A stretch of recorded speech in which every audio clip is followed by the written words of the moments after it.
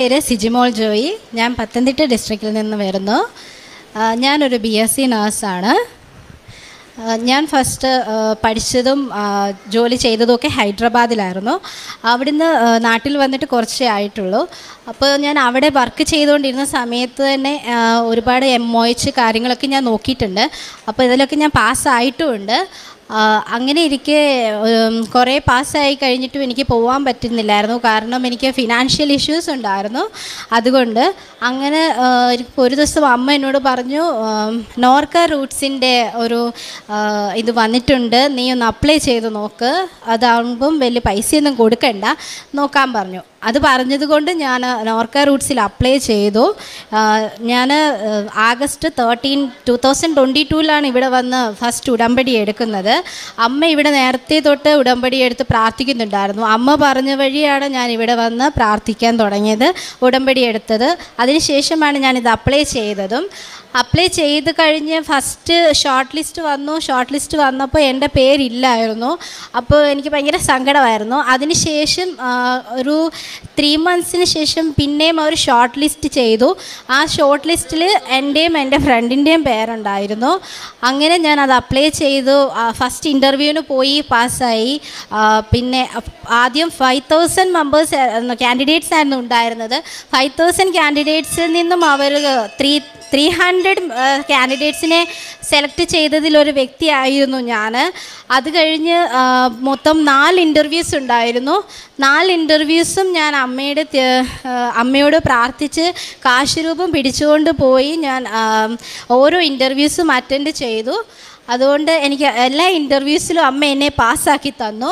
അതിനുശേഷം ഞാൻ ജർമ്മൻ പഠിക്കാനായിട്ട് ട്രിവാൻഡ്രം ഗോയിത്തയിലായിരുന്നു പോയിരുന്നത്.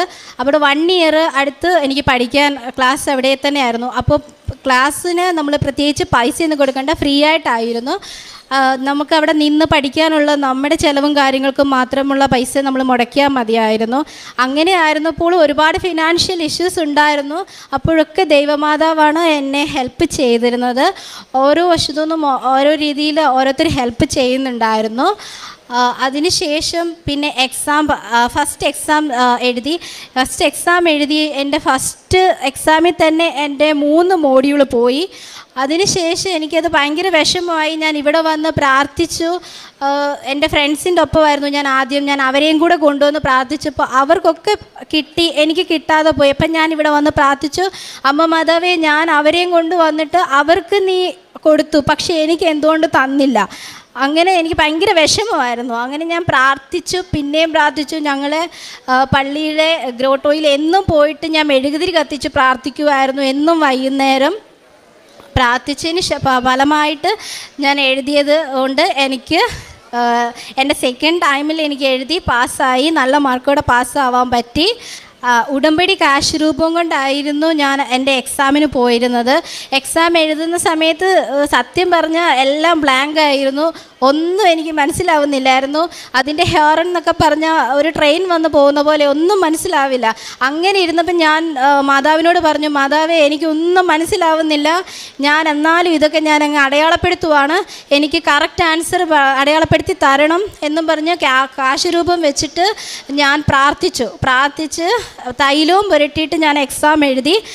റിസൾട്ട് വന്നപ്പോൾ എനിക്ക് നല്ല മാർക്കോടെ ഞാൻ പാസ്സായി. അതിന് ഒരുപാട് നന്ദി പറയുന്നു. പിന്നെ എൻ്റെ വീടിൻ്റെ ആണെങ്കിൽ 18 വർഷമായിട്ട് വീടിൻ്റെ പണി പൂർത്തീകരിക്കാൻ പറ്റാതെ കിടക്കുകയായിരുന്നു. ഭയങ്കര ബുദ്ധിമുട്ടുകളായിരുന്നു. ഓരോ വശത്തുനിന്നും ഓരോ പ്രയാസങ്ങൾ വന്നതുകൊണ്ട് ഞങ്ങൾക്ക് ചെയ്യാൻ പറ്റാതെ പോയി. പിന്നെ ഇതിനിടയ്ക്ക് എൻ്റെ അച്ചാച്ചന് വയ്യാതെയായി, ഒരു ആൻജിയോപ്ലാസ്റ്റി ഒക്കെ ചെയ്യേണ്ടി വന്നു. അതുകൊണ്ട് വീടിൻ്റെ പണി പൂർത്തീകരിക്കാൻ പറ്റാതെ പോയി. അതിനുശേഷം ഇവിടെ വന്ന് പ്രാർത്ഥിച്ചതിന് ഫലമായിട്ട് ഞങ്ങളുടെ വീടിൻ്റെ പണി ഇപ്പോൾ പൂർത്തീകരിക്കാൻ സാധിച്ചു. ഓൾമോസ്റ്റ് പണികളൊക്കെ തീർന്നു. കുറച്ച് വർക്കുകൾ ഇനിയും ബാക്കിയുള്ളൂ. മാതാവിൻ്റെ കൃപ കൊണ്ട് അത്രയും ഞങ്ങൾക്ക് ചെയ്യാൻ പറ്റി. പിന്നെ എൻ്റെ കൂടെ ഹൈദരാബാദിൽ വർക്ക് ചെയ്തിരുന്ന ഒരു ബ്രദർ ഉണ്ടായിരുന്നു. അപ്പം ഞാനും ബ്രദറും ഒരുമിച്ച് സൂപ്പർവൈസേഴ്സ് ഡ്യൂട്ടിയാണ് ചെയ്തുകൊണ്ടിരുന്നത്. ഒരു ദിവസം ഞാനിങ്ങനെ പുള്ളിയുടെ വൈഫിനോട് പറഞ്ഞു, ചേച്ചി ഇതുപോലെ ചേച്ചി വിഷമിക്കേണ്ട, വീട്ടിലെ കാര്യങ്ങൾ ഓർത്ത് വിഷമിക്കേണ്ട, ചേട്ടൻ ഭയങ്കര മദ്യപാനമായിരുന്നു. ആസ് എ സൂപ്പർവൈസർ എന്ന് പറഞ്ഞാലും നേഴ്സാണ്, പുള്ളിക്ക് ഇതിനെപ്പറ്റിയൊന്നും വലിയ ഇതില്ലായിരുന്നു. മദ്യപാനം എന്തോ ഇത്ര വലിയ ഇഷ്യൂ ആകുമെന്നും അവരുടെ കുടുംബത്തെ തന്നെ ഒരുപാട് പ്രയാസത്തിൽ ആഴ്ത്തിയ കാര്യം. അപ്പോൾ ആ ചേച്ചി എന്നോട് വന്നിങ്ങനെ പറഞ്ഞു. അത് പറഞ്ഞതിന് ഫലമായിട്ട് ഞാൻ പറഞ്ഞു, ഇതുപോലെ മാതാവിൻ്റെ അടുത്ത് വന്ന് പ്രാർത്ഥിച്ച മാതാവ് എന്തായാലും നിങ്ങളെ ഹെൽപ്പ് ചെയ്യും എന്ന് പറഞ്ഞു. അതുകൊണ്ട് ചേച്ചി വീട്ടിലിരുന്ന് ഓൺലൈൻ വഴി പ്രാർത്ഥിച്ചു. ഒരു അത്ഭുതം എന്ന് പറയട്ടെ, വിത്തിൻ 3 days ചേച്ചിക്ക് നല്ലൊരു ഇതായിരുന്നു കിട്ടിയത്. ചേട്ടൻ പെട്ടെന്ന് തന്നെ മദ്യപാനമൊക്കെ മദ്യപാനം നിർത്തിയത് തന്നെയല്ല, ചേട്ടന് സൂപ്പർവൈസർ എന്നുള്ളതിൽ നിന്നും പെട്ടെന്ന് തന്നെ ഒരു വേറെ ഞങ്ങളുടെ ഹോസ്പിറ്റലിൻ്റെ തന്നെ ആസ്റ്റർ ഹോസ്പിറ്റലാണ് ഞാൻ വർക്ക് ചെയ്തിരുന്നത്.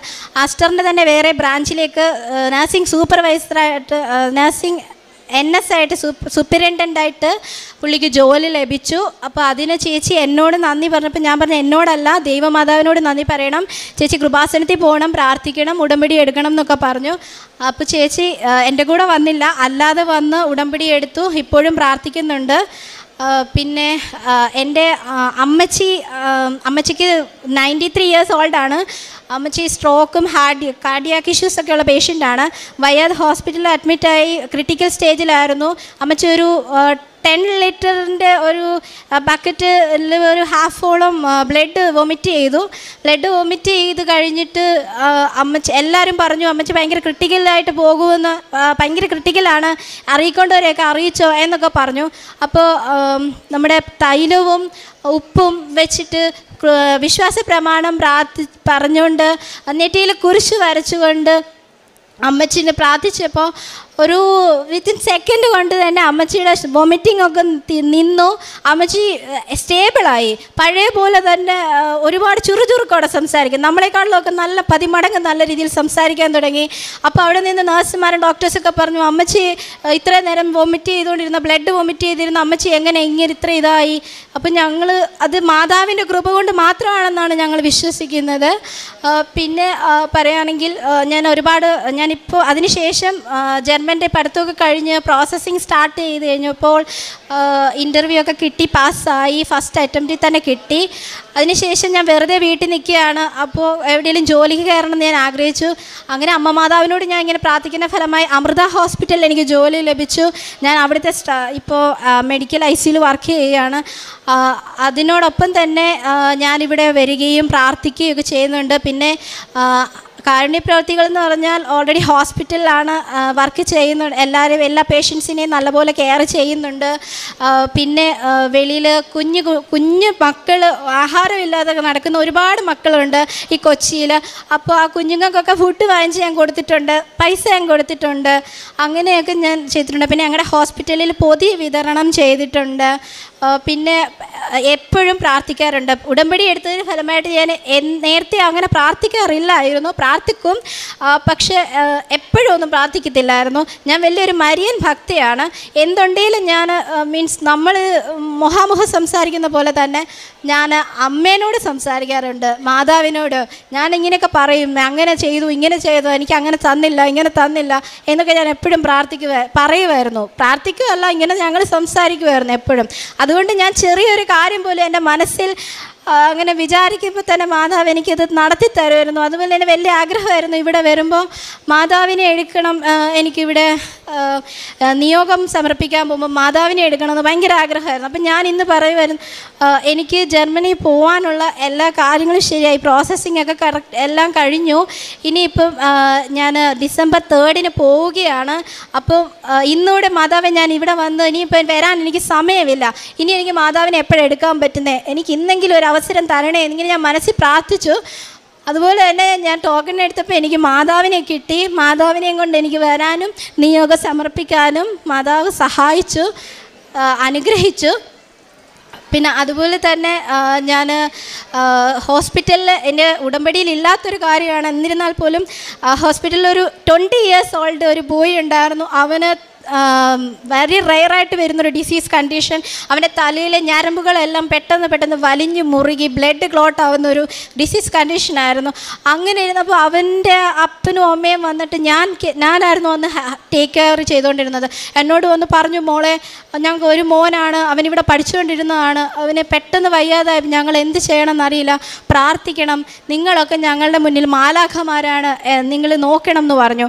ഞാൻ പറഞ്ഞു ശരി എന്ന് പറഞ്ഞിട്ട് എൻ്റെ കയ്യിലിരുന്ന കാശ് രൂപം, എൻ്റെ കയ്യിൽ ഒരു 3-4 കാശ് രൂപം ഉണ്ടായിരുന്നു. കാരണം ഇവിടെ അച്ഛൻ്റെ അടുത്ത് പ്രാർത്ഥിക്കാൻ വരുമ്പോൾ 2-3 തവണ ഞാൻ ബ്ലെസ്സിങ്സിന് പ്രാർത്ഥിക്കാൻ വന്നിട്ടുണ്ട്.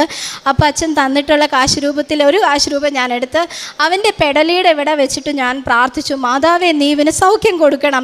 നമ്മുടെ കാര്യത്തിനേക്കാൾ കൂടുതൽ നമ്മൾ മറ്റുള്ളവർക്ക് വേണ്ടി പ്രാർത്ഥിക്കുമ്പോഴാണ് നമുക്ക് അനുഗ്രഹം കിട്ടുന്നതെന്ന് ഇവിടെ ഒരുപാട് തവണ അച്ഛൻ പറഞ്ഞ് ഞാൻ കേട്ടിട്ടുണ്ട്. അതുകൊണ്ട് ഞാൻ അതങ്ങനെ തലയിലൂടെ വെച്ച് പ്രാർത്ഥിച്ചു. അവൻ അന്ന് ഭയങ്കര ബാഡായിരുന്നു. ബാഡെന്ന് പറഞ്ഞാൽ അൺകോൺഷ്യസ് ആയിരുന്നു അവൻ. പിറ്റേ ദിവസം ഞാൻ ഡ്യൂട്ടിക്ക് വന്നപ്പോൾ അവൻ കണ്ണു തുറന്നു, നല്ല രീതിയിൽ റെസ്പോണ്ട് ചെയ്യുന്നുണ്ടെന്ന് അവൻ്റെ പേരൻസ് എന്നോട് പറഞ്ഞു. അവരെന്നെ വന്ന് ഒരുപാട് അവരെന്നെ വന്ന് കെട്ടിപ്പിടിക്കുകയും മാലാഖയുടെ കൈകളാണെന്നൊക്കെ പറയുകയൊക്കെ ചെയ്തു.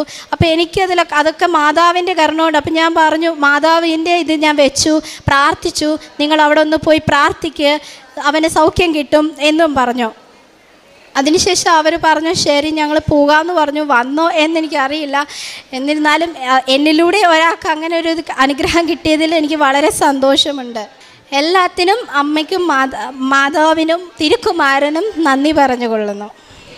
യെശയ്യാ പ്രവാചകൻ്റെ പുസ്തകം 58-11 തിരുവചനം അരുളി ചെയ്യുന്നു, കർത്താവ് നിന്നെ നിരന്തരം നയിക്കും, മരുഭൂമിയിലും നിനക്ക് സമൃദ്ധി നൽകും, നിൻ്റെ അസ്ഥികളെ ബലപ്പെടുത്തും. വറ്റാത്ത നീരുറവയും നനച്ചു വളർത്തിയ പൂന്തോട്ടവും വറ്റാത്ത നീരുറവയും പോലെയാകുന്നേ. സിജിമോൾ ജോയി തനിക്കെങ്ങനെയാണ് തൻ്റെ ജീവിതത്തിൽ ഈശോയെ മറ്റുള്ളവർക്ക് കൊടുക്കുവാൻ കഴിയുന്നത്?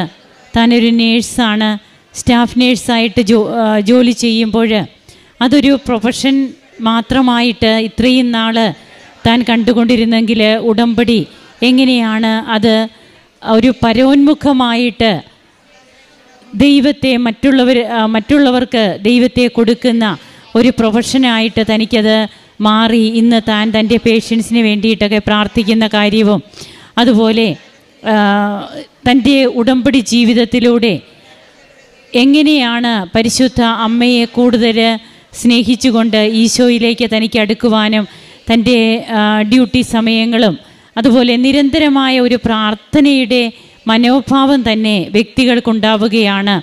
എപ്പോഴോ ഒരു തിരി കത്തിച്ച് പ്രാർത്ഥിക്കുന്ന ഒരു പ്രാർത്ഥനയെ മാത്രമായിട്ട് ഒതുങ്ങാതെ ജീവിതത്തിൻ്റെ ഓരോ നിമിഷവും തന്നെ ദൈവസ്നേഹത്തെ കൊണ്ട് നിറഞ്ഞ് ദൈവത്തിൽ ആശ്രയിച്ച് ജീവിക്കുവാനും ദൈവത്തോട് സംസാരിച്ചുകൊണ്ട് അങ്ങനെയൊക്കെയുള്ള ഒരു മനോഭാവമൊക്കെ ഉടമ്പടി എടുക്കുന്നതിലൂടെയൊക്കെ വ്യക്തികൾക്കുണ്ടാകുന്നു. ഈ മകളുടെ സാക്ഷ്യത്തിലും അതൊക്കെ തന്നെ നമുക്ക് കേൾക്കുവാൻ കഴിഞ്ഞു.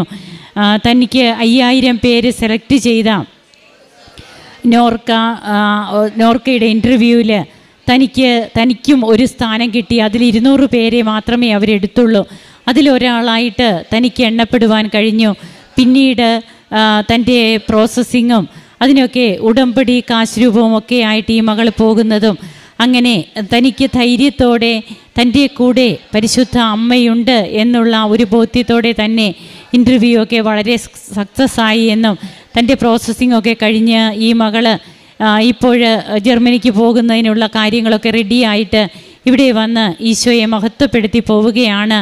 തൻ്റെ ലാസ്റ്റ് അതായത് ഇവിടെ വന്ന് ഉടമ്പടി പുതുക്കി പരിശുദ്ധ അമ്മയെ തനിക്ക് കൈകളിൽ എടുത്ത് ആ പ്രദർശനമൊക്കെ തനിക്ക് അങ്ങനെ നടത്തണം.